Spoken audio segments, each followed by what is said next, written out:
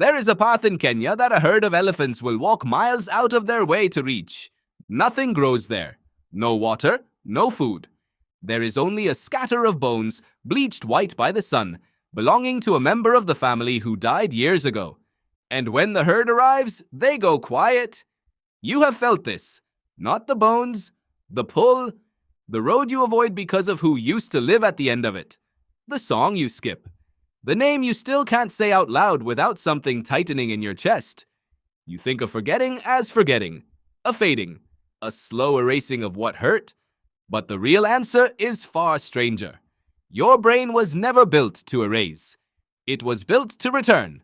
Start with the elephant because the elephant shows you the machinery without the story you tell yourself on top of it. When an elephant dies, the others do not simply move on.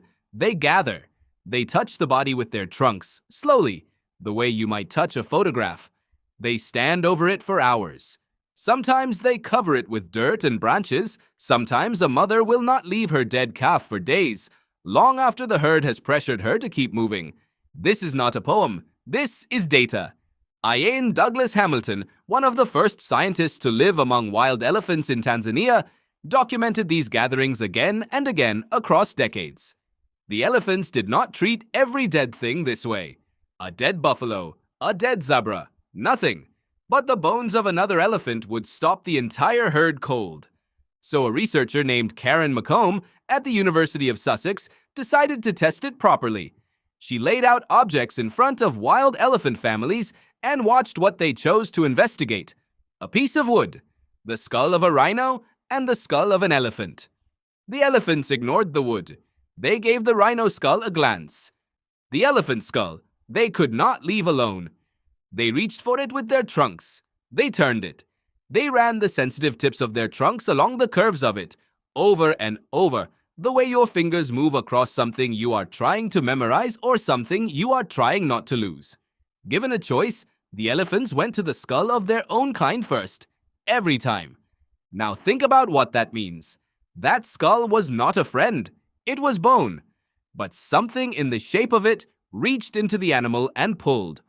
Why would evolution build a creature that stops to grieve? Grief looks useless. It burns time and energy. It makes you vulnerable. A grieving animal is a distracted animal, and a distracted animal in the wild is food. By the cold logic of survival, an animal that felt nothing when its family died should outcompete the one that stood weeping over bones. And yet the elephant weeps.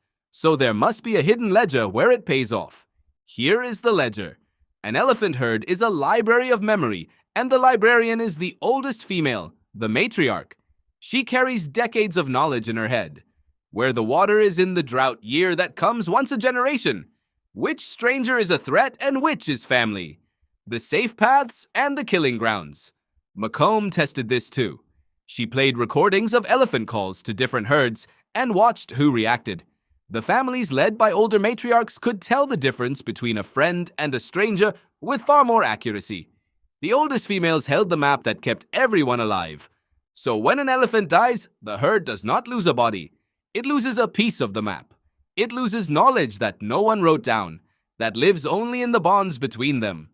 Grief, then, is not a malfunction. Grief is the alarm that goes off when the network loses a node. The bond had a job. The bond was load-bearing. And the pain of losing it is the exact measure of how much weight it was holding. Do you see where this is going? Cynthia Moss has watched the elephants of Amboseli in Kenya for more than 40 years. She knows individual animals across their entire lives. She has described elephants returning to the place a relative died and going still, running their trunks over the bones, lingering, then moving on. Her colleague, Joyce Poole, wrote that in all her years, she believed elephants understood death in a way that looked, from the outside, unbearably like our own. A younger scientist, Shifra Goldenberg, followed this even closer. She watched elephants encounter the remains of the dead and found that they investigated the bones of their own kind, regardless of whether that individual had been close to them in life. The response was not only personal, it was something deeper, aimed at the whole category of what had been lost.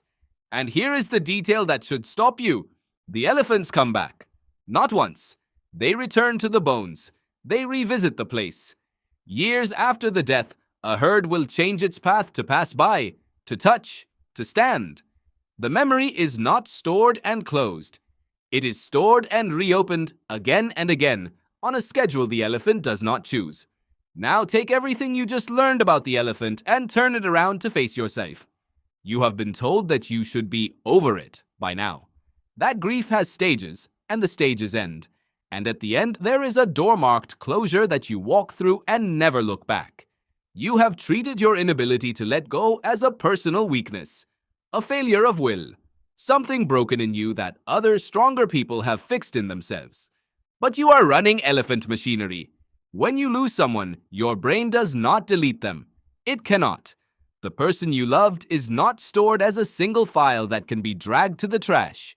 They are woven through everything.